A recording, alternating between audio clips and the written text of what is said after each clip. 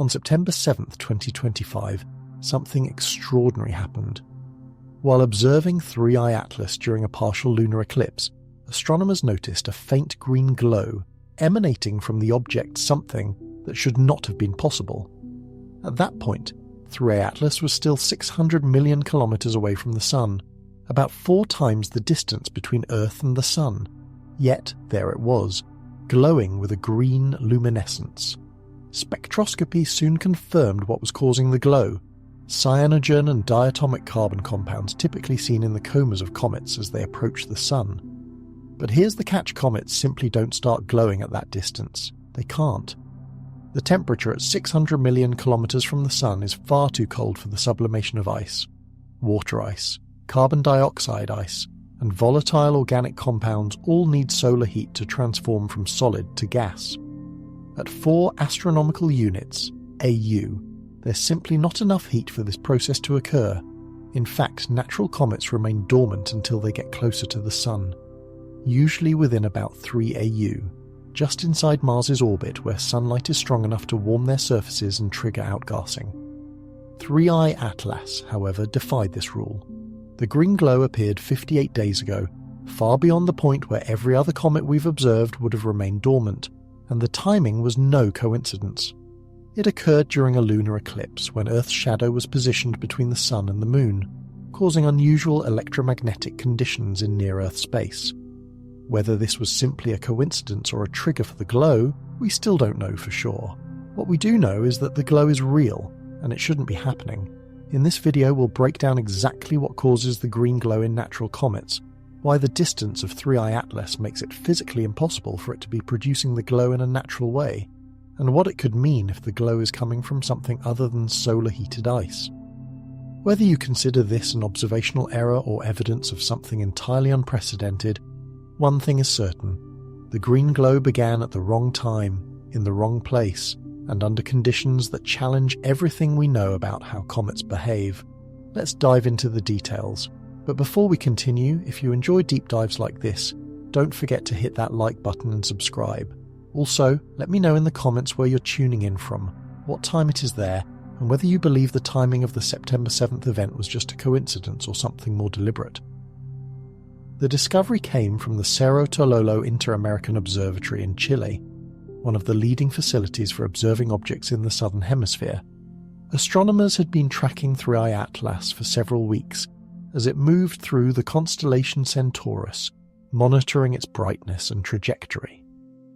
On the night of September 7th, a team was performing routine spectroscopy, splitting Atlas's reflected light into its component wavelengths to identify any potential gases in its developing coma.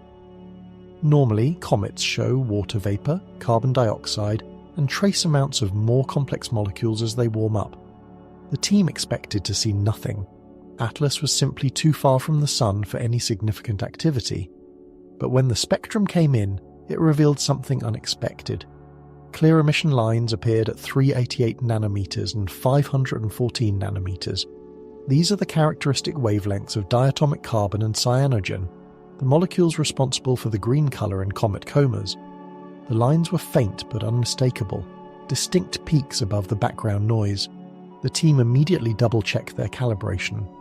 They pointed the spectrograph at reference stars to make sure the instrument was working properly. The emission lines were real. 3i Atlas was glowing green. At 600 million kilometers from the Sun, this glow shouldn't have been possible. To understand why, it's important to grasp how comets produce their comas. A comet's nucleus is essentially a dirty snowball made up of a mixture of water ice, frozen carbon dioxide, dust, and organic compounds. As a comet approaches the Sun and its surface temperatures rise, the ice on the surface begins to sublimate, transitioning directly from solid to gas without first melting. This outgassing creates a cloud of gas and dust around the nucleus, forming the coma, which can extend for thousands or even millions of kilometers. However, the gas in the coma is initially invisible. It's only when solar ultraviolet light hits the molecules that something interesting happens. The ultraviolet light breaks chemical bonds and excites electrons to higher energy states. When these electrons return to their lower energy states, they emit light at specific wavelengths determined by the structure of the molecule. For example, diatomic carbon emits green light, and cyanogen also emits a green glow. Water molecules emit in the ultraviolet and infrared, while carbon monoxide emits in the ultraviolet. Each molecule has a unique spectral fingerprint, which allows astronomers to identify the gases present in the coma. But here's the catch: this process requires heat. Sublimation doesn't occur unless the comet's surface reaches temperatures that are high enough to break molecular bonds and transition the ice into gas. For water ice, this happens around 200 Kelvin, or 73 degrees Celsius. For carbon dioxide ice, the temperature threshold is around 150 Kelvin.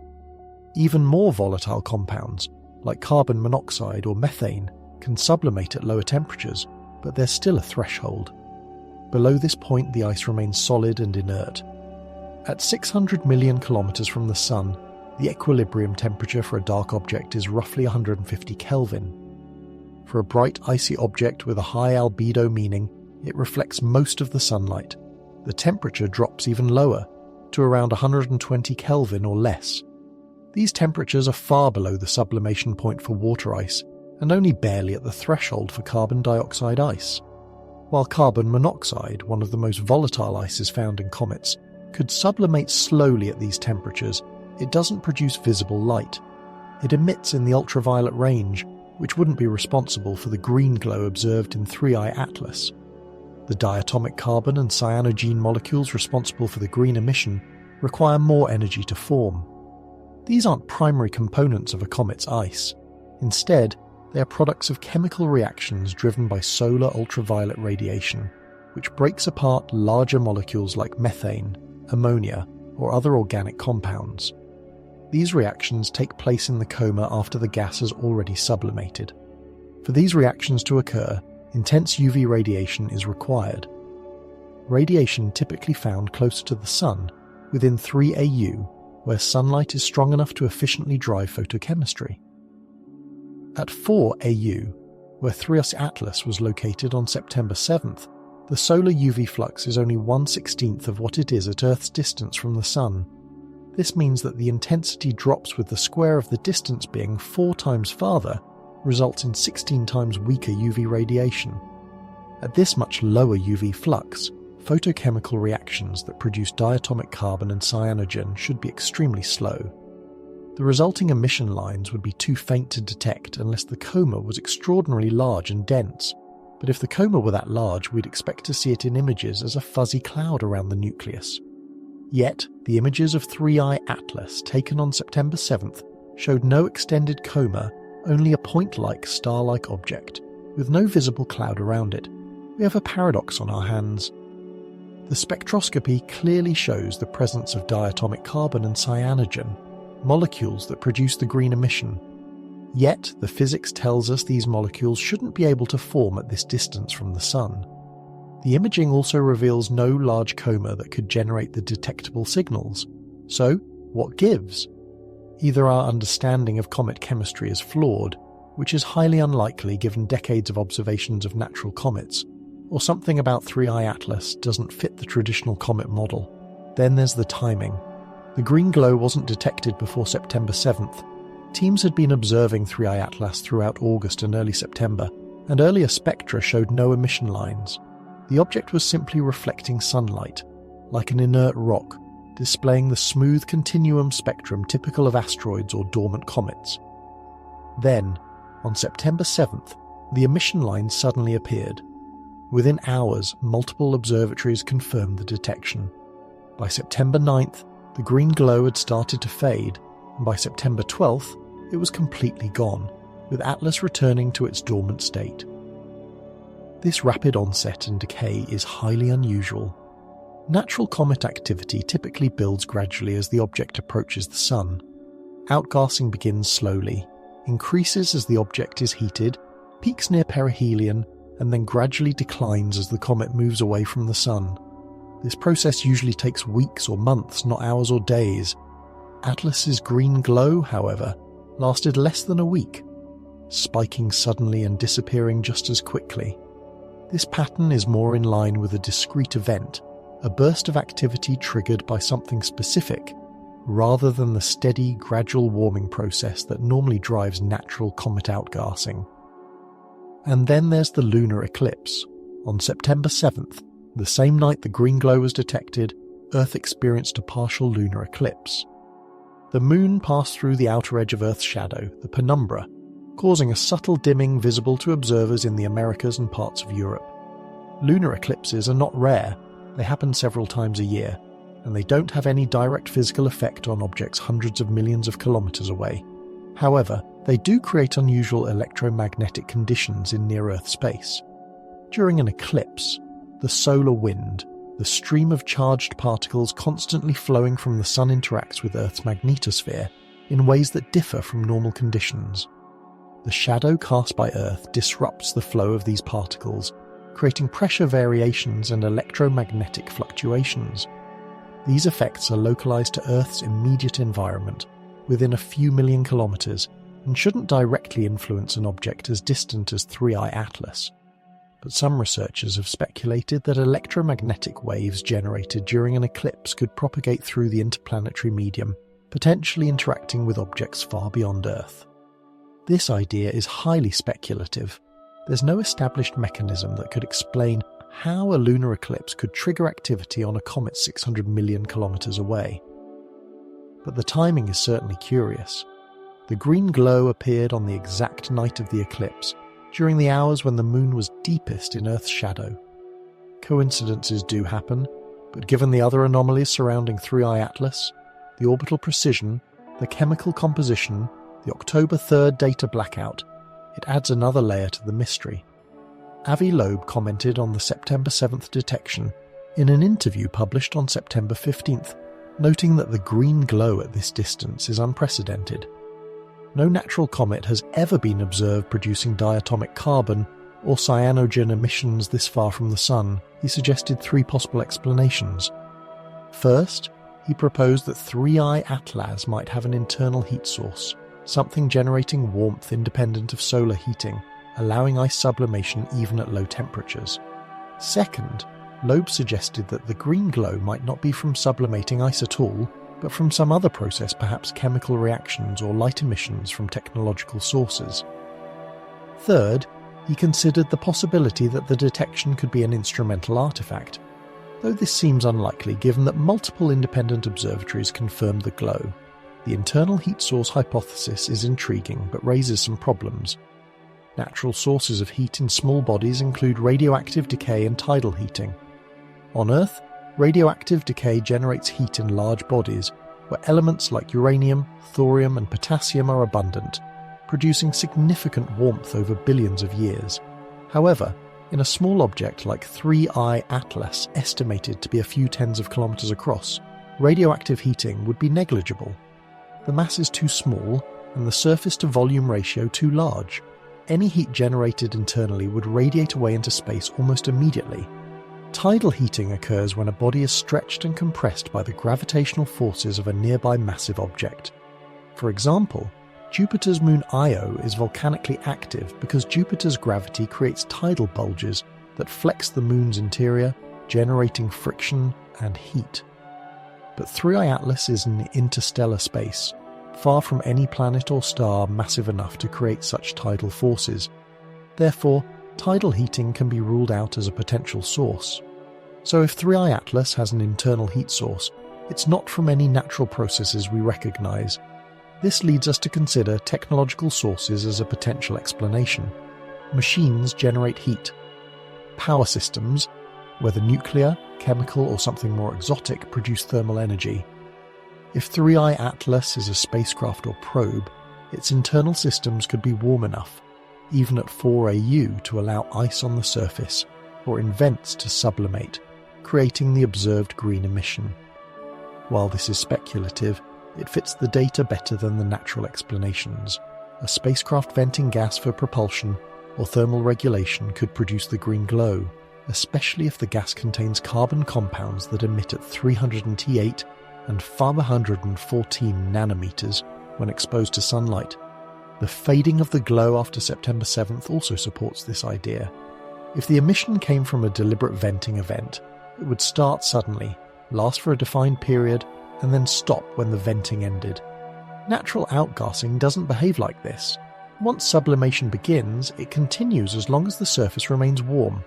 The rapid on-off pattern observed with Third Eye Atlas suggests control and intentionality, a process that can be started and stopped, rather than a passive response to solar heating. This behaviour seems more consistent with an engineered system than with a natural comet. To understand why the green glow is so significant, we need to dive into the chemistry behind it. The green colour characteristic of comet comas isn't just a coincidence. It's the direct result of specific molecules being broken apart and excited by solar radiation, then emitting light at precise wavelengths as they return to lower energy states. The molecules responsible for this green glow, diatomic carbon and cyanogen, don't just appear spontaneously.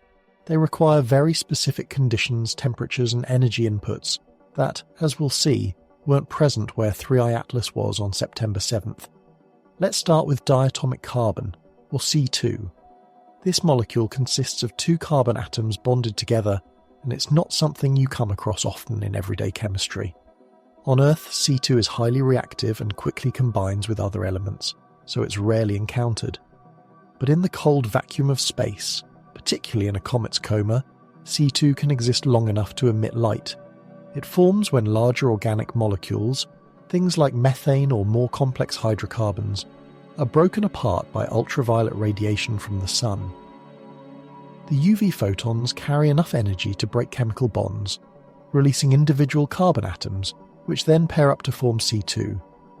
Once C2 is formed, the molecules can absorb more UV photons, exciting their electrons to higher energy levels.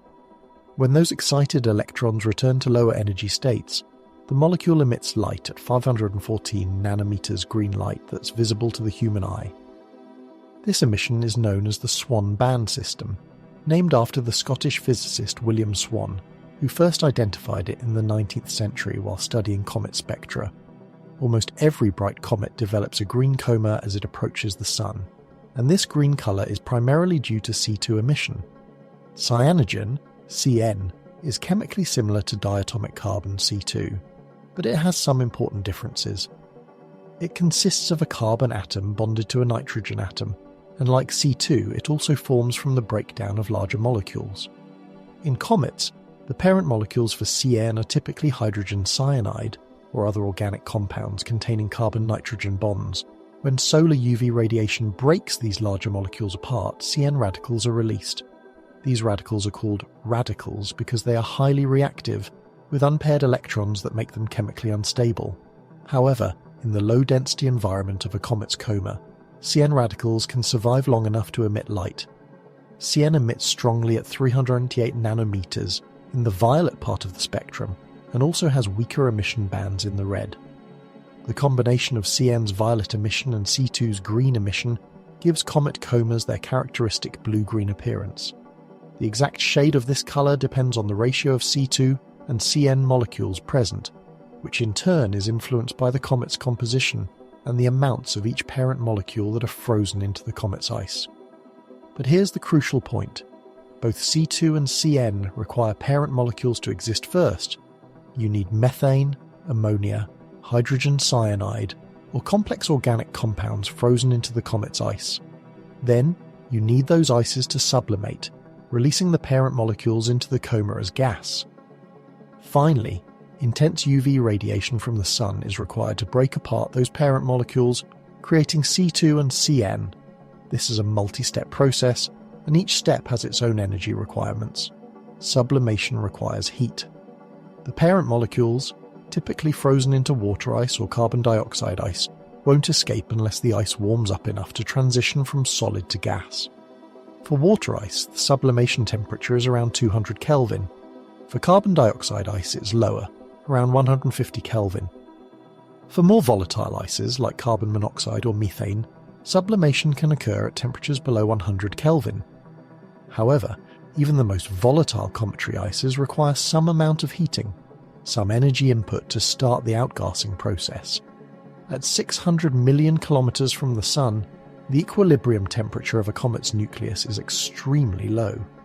The solar flux at that distance is only 1/16 of what it is at 1 AU, Earth's distance from the Sun. A dark object with low albedo, absorbing most of the sunlight, will reach a temperature of about 150 Kelvin. A bright icy object with high albedo reflecting most of the sunlight will stay cooler, around 120 Kelvin. These temperatures are marginal. Carbon dioxide ice might sublimate very slowly at 150 Kelvin, but water ice definitely won't.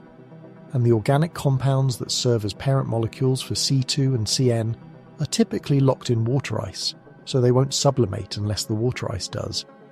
Even if we assume some parent molecules manage to sublimate at 4 AU, there's still the issue of UV flux. Breaking apart molecules to form C2 and Cn requires high-energy photons, ultraviolet light with wavelengths shorter than 300 nanometers. The sun emits UV radiation continuously, but its intensity drops dramatically with distance. At 4 AU, the UV flux is only 1/16th of what it is at 1 AU. Photochemical reactions that occur quickly at Earth's distance take 16 times longer at 4 AU. Since emission brightness depends on the rate of molecule formation, slower photochemistry means that the resulting emission would be much fainter. Natural comets compensate for weak UV flux by producing massive comas. When a comet is active, it can eject tons of gas per second, creating a coma that extends for hundreds of thousands of kilometers. The sheer volume of gas means that even slow photochemical reactions can generate enough C2 and Cn to produce visible emission. But on September 7th, 3SI Atlas showed no extended coma. Images from multiple observatories showed the object as a point source, indistinguishable from a star. There was no fuzzy cloud, no visible envelope of gas and dust. The emission lines appeared in the spectrum, but there was no corresponding imaging signature. This presents a contradiction. Spectroscopy shows that C2 and Cn are present, but the imaging shows no coma. How can emission lines appear without a coma? The only explanation is that the gas cloud must be extremely small and dense, concentrated very close to the nucleus within a few kilometers, rather than spreading out over hundreds of thousands of kilometers. But that doesn't align with how natural comets behave. When gas sublimates from a comet's nucleus, it expands rapidly, driven by the pressure difference between the surface and the vacuum of space. The coma grows large quickly within hours to days. A small concentrated gas cloud would expand unless something was holding it in place. Avi Loeb explored this puzzle in a paper posted on September 20th. He calculated the minimum gas production rate needed to generate the observed C2 and Cn emission at 4 AU, given the weak UV flux. The answer was approximately 10 kilograms per second, about 1/100th the rate of a typical active comet near Earth's orbit. While this may sound modest, at 4 AU, it's enormous. Natural comets at that distance are barely active, producing gas at rates of a few kilograms per hour, not per second. To sustain 10 kilolares at 4 AU, 3I Atlas would need internal heating at least 1,000 times stronger than what solar radiation provides. Loeb considered several natural mechanisms, but none of them fit the data. As mentioned earlier, radioactive decay is insufficient. The heat output from radioactive isotopes in a 30-kilometer object is measured in watts, not kilowatts or megawatts. It's far too weak to drive sublimation at the required rate. Crystallization of amorphous ice a process where disordered ice transitions to a crystalline structure. Releasing heat can trigger short-term outbursts in some comets. But crystallization happens only once, when the comet first warms up after formation and doesn't repeat. 3 Atlas has been observed for months without showing this kind of activity, making crystallization unlikely. Impact events, where a small asteroid or meteoroid strikes a comet and vaporizes ice through kinetic energy, can also trigger brief outbursts. However, impacts are random and rare. The probability that 3I Atlas was struck by an impactor on September 7th, the exact night astronomers were watching during a lunar eclipse, is minuscule. And impact-driven outbursts typically produce dust clouds that would be visible in images, but Atlas showed no dust-only gas emissions in the spectrum. This leaves us with non-natural explanations. If 3I Atlas is technological, if it has power systems generating heat internally, then 10 kilolayers of gas production is trivial. A small chemical thruster could produce that output continuously for hours or days. a nuclear thermal rocket could generate much more. Even a simple electric heater warming a patch of surface ice could drive sublimation at the required rate. The key difference is control. A technological source can be turned on and off, producing the rapid onset and decay observed in Atlas's green glow. In contrast, a natural source, once activated, would continue until the energy supply is exhausted or the conditions change. There's also the matter of the spectroscopy itself. The wavelengths detected, 388 nm and 514 nm, are consistent with C2 and Cn, but they're not exclusive to these molecules. Other processes can produce light at similar wavelengths.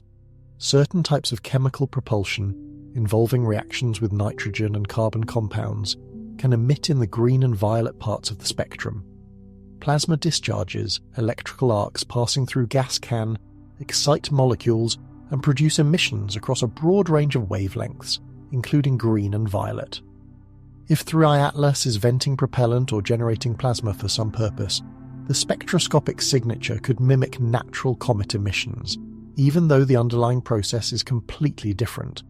Distinguishing between natural and artificial sources requires high-resolution spectroscopy. This involves not only measuring the wavelength of the emission, but also analysing the detailed structure of the spectral lines. Natural C2 and Cn emissions have specific line profiles, determined by the temperature and velocity distribution of the molecules.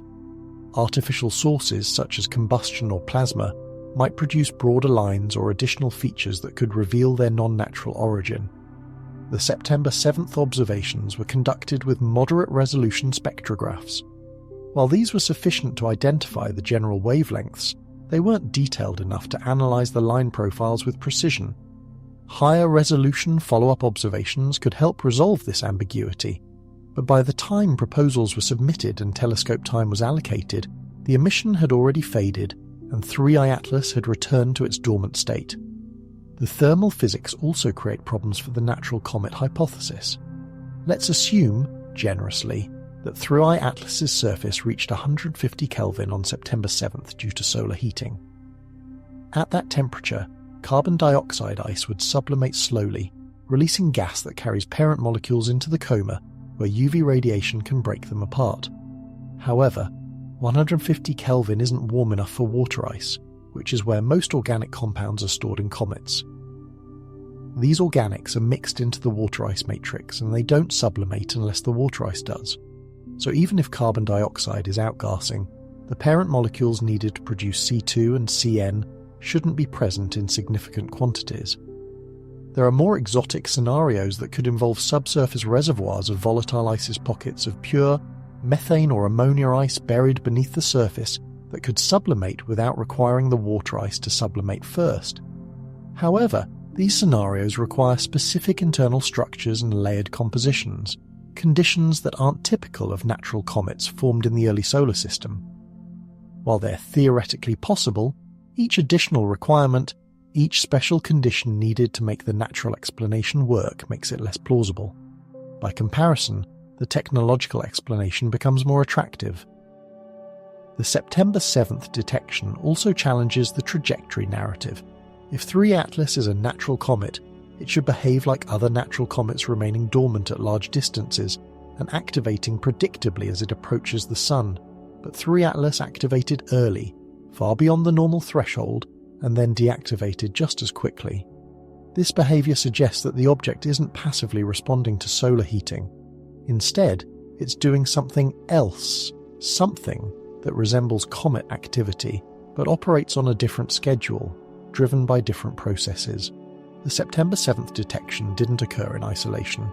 It happened during a partial lunar eclipse, a celestial alignment that astronomers were already observing for unrelated reasons.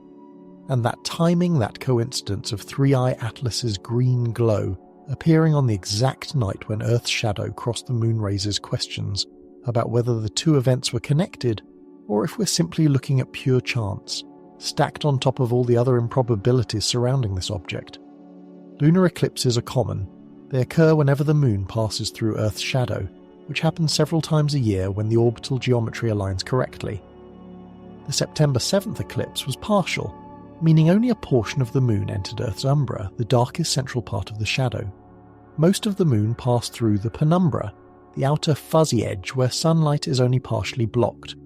From a visual perspective, partial lunar eclipses are subtle. The moon dims slightly and takes on a reddish hue, but doesn't disappear completely as it does during a total eclipse. From a physics perspective, eclipses are much more interesting. During an eclipse, Earth's magnetosphere, the bubble of magnetic field that surrounds our planet and shields it from the solar wind, undergoes changes.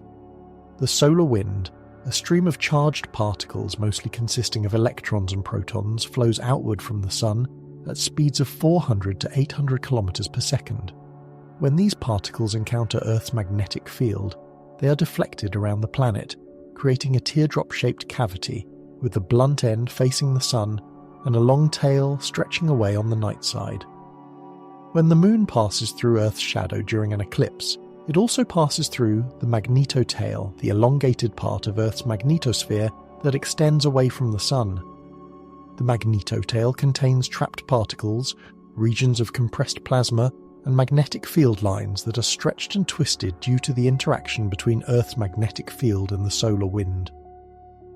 As the moon moves through this environment, it experiences changes in the magnetic field strength and particle flux. These changes can be measured by instruments on lunar orbiters and surface stations, and they have been extensively studied during past eclipses. However, the moon is only 384,000 kilometers away from Earth, while the magnetotail extends much farther, millions of kilometers downstream. Its effects are localized to the near-Earth environment, and at 600 million kilometers, where 3 Atlas was on September 7th, there's no direct interaction with Earth's magnetosphere. The solar wind at that distance is unaffected by Earth's influence. So how could a lunar eclipse, an event occurring so close to Earth, influence an object 4 astronomical units away? The speculative answer involves electromagnetic waves. When the moon enters Earth's shadow, the sudden change in solar illumination creates rapid variations in the electric potential of the lunar surface. The sunlit side of the moon builds up a positive charge because solar UV radiation knocks electrons off its surface, while the shadowed side loses that charge. As the moon transitions from sunlight to shadow during an eclipse, the charge distribution changes quickly within minutes. This rapid change generates low-frequency electromagnetic waves that propagate through the interplanetary medium, potentially affecting objects much farther out, including 3I Atlas. These waves are part of the magneto-hydrodynamic spectrum oscillations in the coupled magnetic field and plasma that fill space between planets. They travel at speeds determined by the local magnetic field, strength and plasma density, typically a few hundred to a few thousand kilometers per second. In theory, a wave generated at Earth during a lunar eclipse could reach 4 AU within hours to days, depending on propagation conditions.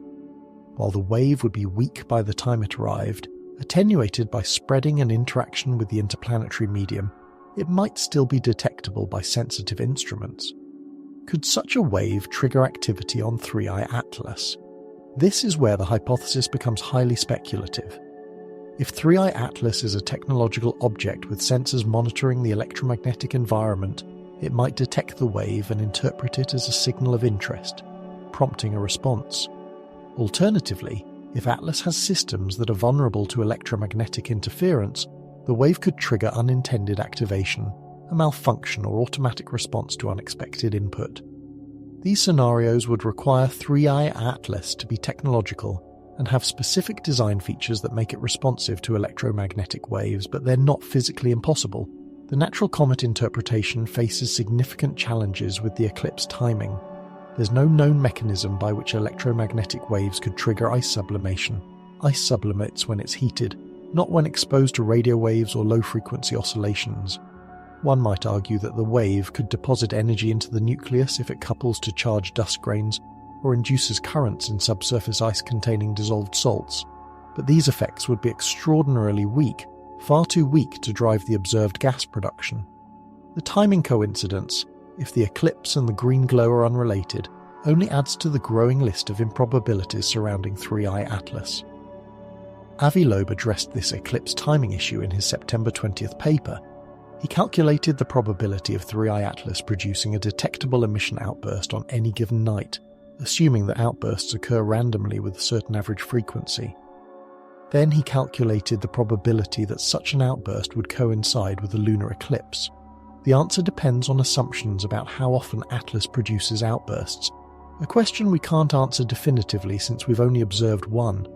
However, even with generous assumptions such as several outbursts per year, the probability of one of these coinciding with a specific eclipse is less than 5%. Low, but not impossibly low. Coincidences do happen. But then Loeb added important context. The September 7th emission wasn't just any outburst coinciding with any eclipse. It was the first emission detected from 3I Atlas, at a distance where natural comets are typically inactive, occurring on a night when astronomers were already observing because of the eclipse. This timing ensured that the detection would happen. Had the outburst occurred a week earlier or later, when telescope time wasn't allocated and no observers were watching, it might have been missed entirely. The timing of the event made its discovery inevitable. Whether that's due to luck or something else, it certainly adds another layer to the pattern surrounding 3I Atlas. The circumstances of the discovery are also worth considering. On September 7th, several observatories worldwide had already scheduled time to observe the lunar eclipse. Such observations are routine during eclipses, opportunities for outreach, education, and sometimes science. Cerro Tololo in Chile, the observatory that detected Atlas's green glow, had allocated telescope time for a program monitoring near-Earth objects and potential targets for future spacecraft missions. 3I Atlas was already on the target list because of its unusual trajectory and the ongoing interest it had sparked after earlier observations. This alignment of scheduled observations and the timing of the outburst makes the discovery even more notable. The team wasn't specifically looking for activity on 3I Atlas. They were conducting baseline spectroscopy to establish what the object's spectrum looked like when it was dormant, so that any future changes could be detected and characterized. The plan was to take a few spectra, confirm that the object was still inert, and then move on to other targets. Instead, the first spectrum revealed emission lines. The team immediately took additional spectra to confirm the findings, and then alerted other observatories. Within hours, telescopes in Australia and South Africa also observed 3I Atlas and confirmed the green glow. By the next night, observatories in Europe and North America had joined the observation campaign. This rapid response gave us excellent temporal coverage of the event. The green glow appeared sometime between the evening of September 6th and the morning of September 7th Chilean time. It peaked on the night of September 7th during the lunar eclipse. By September 8th, it had already begun to fade. By September 10th, it was barely detectable. By September 12th, it was completely gone. The entire event lasted less than a week, with the peak emission occurring over a span of perhaps 24 to 36 hours. The rapid temporal evolution of Atlas's green glow is inconsistent with natural comet behavior. When natural comets become active, their activity builds over days to weeks. As the comet approaches the Sun, the nucleus warms gradually. Ice sublimates slowly at first, then accelerates as the temperature rises. The coma expands, becoming larger and brighter. Peak activity typically occurs near perihelion, when the comet is closest to the Sun and the warmest. As the comet recedes, activity then declines gradually over weeks to months. The whole process is smooth and predictable, driven by the steady change in solar heating as the comet's orbital distance varies. However, Atlas's green glow didn't follow this natural pattern. It appeared suddenly, peaked within a day, and faded almost as quickly. The behavior suggests an impulsive event, something triggered by a discrete cause rather than a gradual process. Impulsive events in natural comets are rare and are typically caused by external factors like impacts or internal instabilities, such as cliff collapses or explosive releases of trapped gas. These events are unpredictable and don't correlate with external astronomical phenomena like lunar eclipses. There's also the question of what caused the emission to stop. If solar heating triggered sublimation on September 7th, why did it cease by September 12th? The solar flux didn't change significantly. Atlas's distance from the Sun increased by less than 1% during that week, which isn't enough to cause a notable temperature drop. If the surface was warm enough to sublimate ice on September 7th, it should have remained warm enough by September 12th. Something changed between those dates, something that stopped the gas production. Natural sublimation doesn't simply switch off like that unless the surface ice is exhausted, which seems unlikely for an object tens of kilometers across after only a week of modest activity. The technological interpretation offers a simpler explanation. If the green glow came from a deliberate venting event, it would start when the system activated, continue for as long as needed, and stop when the system shut down. The week-long duration could represent the time required to complete whatever operation was being performed, perhaps adjusting trajectory, testing systems, or responding to the detected electromagnetic wave from the eclipse. Once the operation was complete, the venting stopped, and 3's atlas returned to its dormant state. Electromagnetic triggers aren't the only possible explanation for the timing of the green glow. Some researchers have proposed that the eclipse timing is irrelevant, and that 3's atlas simply reached a point in its trajectory where some internal process was triggered. Perhaps the object operates on a programmed schedule, with certain operations set to occur at specific times or distances, and September 7th just happened to be when one of those scheduled events took place. In this scenario, the eclipse coincidence would be just that, coincidence with no causal connection. However, programmed schedules require foresight. If 3i Atlas is following a schedule, someone or something must have planned it, taking into account its trajectory, timing, and distances. Natural objects don't have schedules. They respond passively to their environment. The idea of a scheduled activation implies intelligence, intentionality, and design. This shifts the conversation decisively away from natural explanations and toward technological ones. There's one more aspect of the September 7th event worth noting. While the emission lines were clearly present, they were faint. The signal-to-noise ratio in the spectra was modest, around 5 to 10, meaning the emission peaks were 5 to 10 times stronger than the background noise. This is detectable and statistically significant, but it's not overwhelming. Brighter comets produce emission lines with signal-to-noise ratios of 100 or more, where the lines stand out unmistakably. This more subtle signal from 3i Atlas adds another layer of complexity, suggesting the emission might not be as strong or as widespread as what's typically observed in active comets. The faintness of Atlas's emission could suggest that the gas production rate was genuinely low, just barely above the detection threshold. Alternatively, it could indicate that the gas cloud was small and concentrated, producing strong local emission but appearing faint when viewed from Earth, because most of the emitted light doesn't reach us. Geometric effects are important here. If the gas is vented in a specific direction, like a jet from a rocket nozzle, most of the emission would be directed away from Earth, and we would only observe the scattered light that happens to reach our telescopes. In this case, a faint detection doesn't necessarily mean weak activity, it could simply mean strong activity viewed from an unfavourable angle. This possibility complicates interpretation. We can't measure the total gas production rate from the emission line strength alone without knowing the geometry, the viewing angle, and the spatial distribution of the gas. The 10 kilojoules estimate from Loeb's calculation assumes that the gas is distributed uniformly around the nucleus, but if it's not, if it's concentrated in a jet or plume, then the actual production rate could be much higher or lower. In fact, the faintness of the emission, rather than contradicting the technological hypothesis, might actually support it. If the venting was directional and we only observed the edge of the plume, it would explain why the emission appeared faint, despite the possibility of strong activity happening just out of view. Now everything converges. The green glow that appeared at the wrong distance, the chemistry that requires heat that Atlas shouldn't have, the timing that coincided with a lunar eclipse. All of it points to a single, unavoidable question. If the September 7th emission wasn't driven by natural solar heating, what was driving it? And when you examine the possible answers honestly, they all seem to lead back to explanations that require 3i Atlas to be something other than a comet. Let's start with the internal heat generation hypothesis.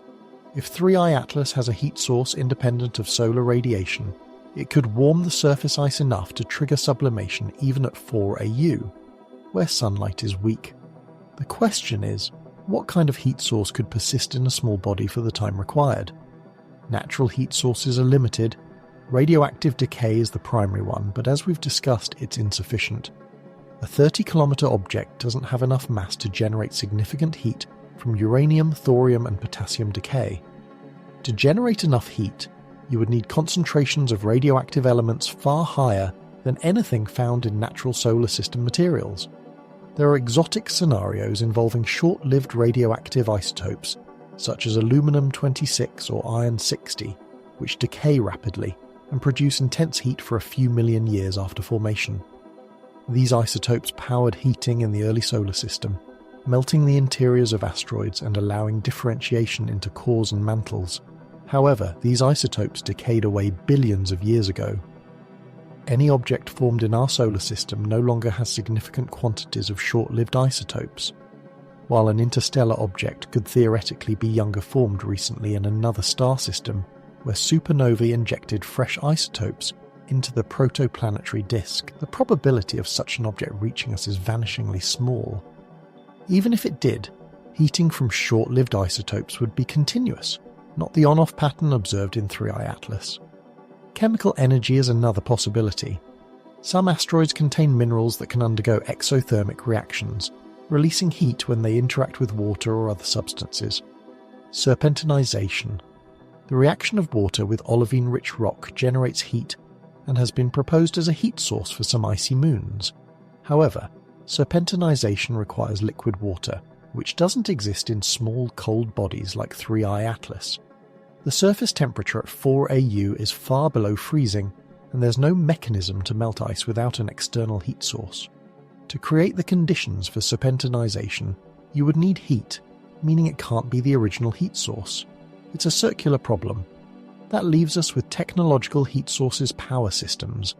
Nuclear reactors using fission or fusion to generate energy, or radioisotope thermoelectric generators, TGs, like those powering NASA's Voyager spacecraft and Mars rovers, could provide a plausible explanation. RTGs use heat from the decay of plutonium-238 to generate electricity, and these systems produce heat continuously as a byproduct of power production. If 3I Atlas has onboard power systems, they could warm parts of the interior or surface, creating localized hotspots where ice sublimates, even when the rest of the object remains frozen. An RTG producing 100 watts of thermal power, which is typical for spacecraft power systems, could warm a patch of surface ice several meters across to temperatures sufficient for sublimation. If that ice contains organic compounds, they would outgaze, and solar UV radiation would break them down into C2 and CN, producing the observed green emission.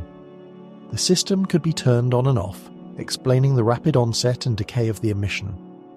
The faintness of the emission would make sense if the hotspot is small, just a few meters in size rather than the entire surface of a 30-kilometre object. This controlled, localized heating is far more consistent with a technological origin than a natural one. But there's a problem with this scenario. RTGs and nuclear reactors require heavy elements, such as plutonium or uranium materials that don't occur naturally in comets or asteroids. If spectroscopy had detected traces of these elements in 3I Atlas's spectrum, it would have provided smoking gun evidence of technology. However, the spectroscopy to date has shown primarily carbon, oxygen, and nitrogen, compounds, typical cometary material without any unexpected heavy elements. There are no uranium emission lines, no plutonium signatures. This raises two possibilities. Either the power system is shielded, buried beneath layers of ice and rock that block its spectroscopic signature, or it uses an energy source we haven't yet considered. There's also the propulsion hypothesis. If 3I Atlas is a spacecraft, it might use chemical or electric propulsion for trajectory adjustments. Chemical propulsion, which burns fuel and oxidizer to produce thrust, generates hot exhaust gases that are often rich in carbon and nitrogen compounds. If those gases were to vent into space and become illuminated by sunlight, they could produce emissions at 388 and 514 nanometers, mimicking natural comet activity. The September 7th event could have been a thruster firing a brief maneuver to adjust velocity or orientation, with the green glow being an unintended side effect visible to observers on Earth. Spacecraft propulsion systems are designed to minimize visible signatures, but perfect stealth is difficult to achieve. Exhaust plumes scatter sunlight, hot gases emit thermal radiation, and chemical reactions produce specific spectral lines. If you're not trying to hide and you're operating far from any observers, these signatures usually don't matter. But if you're passing through a solar system with technological civilizations monitoring the sky, a thruster firing becomes detectable. The question then becomes whether the detection was anticipated, whether whoever operates 3i Atlas knew we'd see the green glow and decided it didn't matter, or whether it was an oversight, a miscalculation about how sensitive our instruments are. Avi Loeb explored the propulsion hypothesis in a follow-up paper posted in late September. He calculated the delta V, or velocity change, that a 10 kgs thruster burn lasting 1 week could produce for an object of 3 Atlas's estimated mass. The result depends on the exhaust velocity, which varies by propulsion type. Chemical propulsion typically produces exhaust velocities around 3 to 4 km per second, while ion drives produce much higher exhaust velocities, around 30 to 50 km/s. If 3i Atlas used chemical propulsion, a week-long burn would change its velocity by roughly 0.5 meters per second, enough to slightly alter its trajectory, but not enough to dramatically change its orbital path. That velocity change of 0.5 ms is below the precision threshold of current trajectory measurements. We can measure 3i Atlas's position to within a few hundred kilometers at its current distance, which translates to velocity uncertainties of about 1 meter per second. A change of 0.5 ms would be buried in the noise, undetectable until more observations accumulate and the trajectory is refined. This means that the September 7th event could have been a small course correction, a minor tweak to 3i Atlas's path, and we wouldn't know unless we continue tracking the object for months and compare its actual trajectory to the predicted one based on pre-September data. The timing of such a correction is also notable. If 3 Atlas is on a mission, if it's following a planned trajectory designed to pass close to specific targets such as Mars, Earth, or the Sun, then course corrections would be necessary periodically to compensate for perturbations from planetary gravity and to refine the approach. These corrections would likely be scheduled for moments when the spacecraft is still far enough from its targets for small adjustments to be effective, but close enough that navigation has high confidence in the trajectory. September the 7th, with 3i Atlas at 4 AU from the Sun and several months away from a potential Mars encounter, fits this profile perfectly. The eclipse timing could still be a coincidence in this scenario. The course correction could have been scheduled independently based on mission requirements, and it just so happened to occur during a lunar eclipse when observers on Earth were already watching. Alternatively, the eclipse might have been used as a timing reference, a calibration event for 3i Atlas's navigation system. If the spacecraft detected the electromagnetic wave generated by the eclipse, it could have used that detection to verify its position relative to Earth, confirm that its instruments were functioning correctly, and proceed with the planned maneuver, knowing it was on the right trajectory. But there's another interpretation, one that's darker and harder to dismiss. What if the green glow wasn't just an accidental byproduct of propulsion or internal heating? What if it was deliberate communication, a signal directed at Earth, timed to coincide with the eclipse to ensure it would be noticed? The eclipse ensured that astronomers were observing. The green wavelength is something we associate with comets, so a green emission from 3i Atlas would be interesting but not alarming. It could be camouflage communication, a signal designed to appear natural enough to avoid causing panic, but unusual enough that careful observers would realize it's not natural at all. This interpretation requires intentionality and a deep understanding of human behavior. Whoever sent 3i Atlas would need to know that we have telescopes, that we observe eclipses, that we study comets, and that we recognize green emissions as being associated with specific molecules.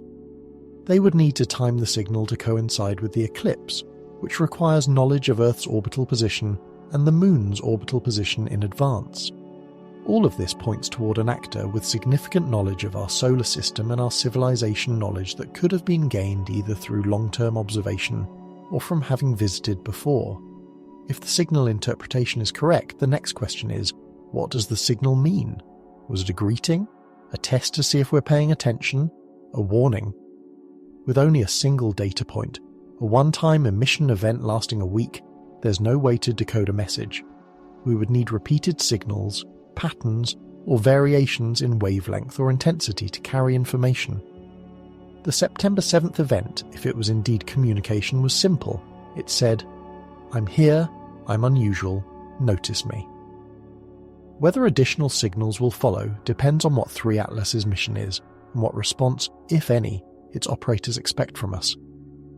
The public reaction to the September 7th detection was surprisingly muted. Astronomers published circulars noting the observation, and science news outlets ran brief articles mentioning that the interstellar visitor showed unexpected activity.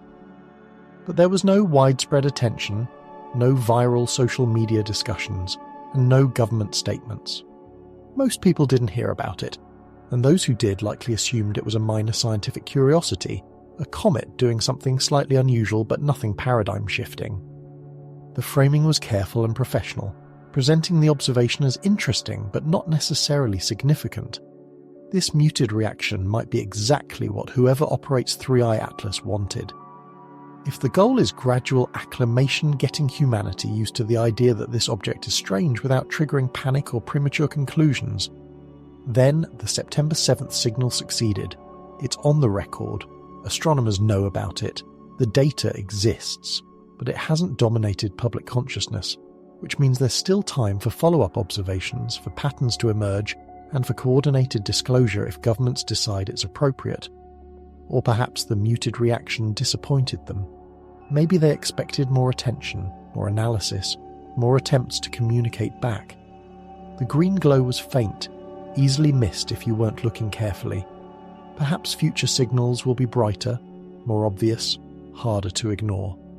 The October 3rd Mars flyby might have been such a signal, with images captured by 7 spacecraft showing something undeniable. But if those images were suppressed, if governments decided not to release them, then the communication becomes one-sided. Atlas sends signals, we detect them, and then we classify the data and say nothing. That's not a conversation, that's surveillance.